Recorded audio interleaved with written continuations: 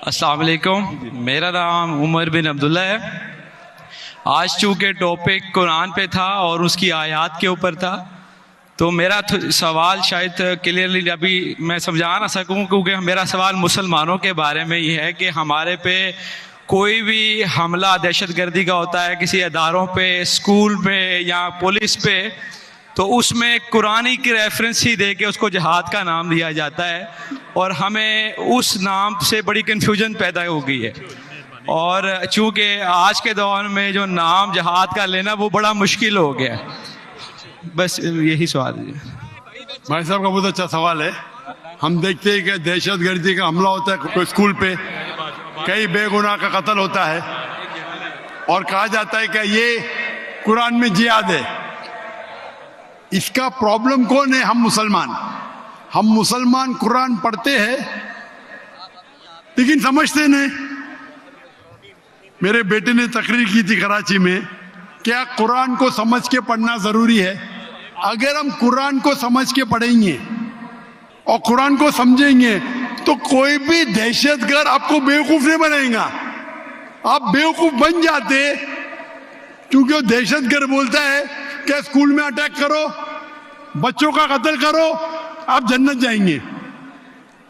یہ جتنے دہشت گرد ہیں نا، ان کو غیر مسلمان اکثر غیر مسلمان ان کو سپورٹ کرتے، غیر مسلمان سپورٹ کرتے اسلام کو بدنام کرنے کے لیے، ان کو پیسہ دیتے اور قرآن کی آیت کو آؤٹ آف کانٹیکسٹ غلط حوالہ دے کے پیش کرتے۔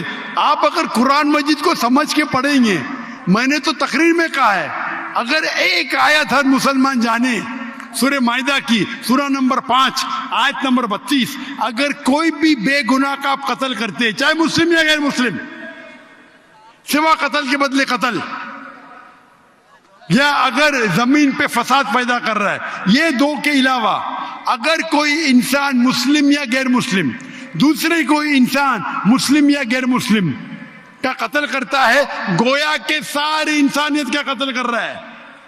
اور اگر ایک انسان دوسرے انسان کا، چاہے مسلم یا غیر مسلم ہو، اس کی جان بچاتا ہے تو گویا کہ ساری انسانیت کی جان بچا رہا ہے۔ اگر یہ آیت آپ اپنے دماغ میں، ذہن میں رکھے تو کوئی بھی دہشت گرد آپ کو بیوقوف نہیں بنا سکتا ہے۔ غلطی کس کی؟ آپ کی۔ ڈاکٹر ذاکر نائک نے کہا ہم جا کے چیک کریں گے، گھر پہ جا کے کھولو سورہ مائدہ سورہ نمبر 5 آیت نمبر 32 ترجمہ پڑھو، اور آپ کو پتا ہے کہ قرآن میں کبھی بھی کانٹرڈکشن نہیں ہے، کبھی بھی ٹکران نہیں ہے۔ تو ایک آیت آپ کے دماغ میں آپ یاد کر لو، کوئی بھی دہشت گرد آپ کو بیوقوف نہیں بنا سکتا ہے۔ غلطی کس کی؟ آپ کی۔ یہ غیر مسلمان کیا کرتے ہیں؟ کچھ مسلمان کو بھڑکاتے ہیں اور کچھ قرآن کی آیت اور حدیث کو، آیت کو توڑ مروڑ کے پیش کرتے، اور وہ کیا کرتے؟ اپنے نوجوان مسلمان کو بھڑکاتے۔ اس پہ تقریر دی ہے میں نے، اس ٹیررزم و مسلم مونوپولی، ایک تقریر کی ہے میں نے، دہشت گرد اور جہاد اسلام کے پس منظر میں، دیکھیے آپ، اور ڈیٹیل میں آنسر دیا ہوں میں۔ غلطی ہماری ہے کہ ہم قرآن مجید کو سمجھ کے نہیں پڑھتے۔ قرآن مجید سمجھ کے پڑھیں گے تو کوئی بھی آپ کو بیوقوف نہیں بنائیں گے۔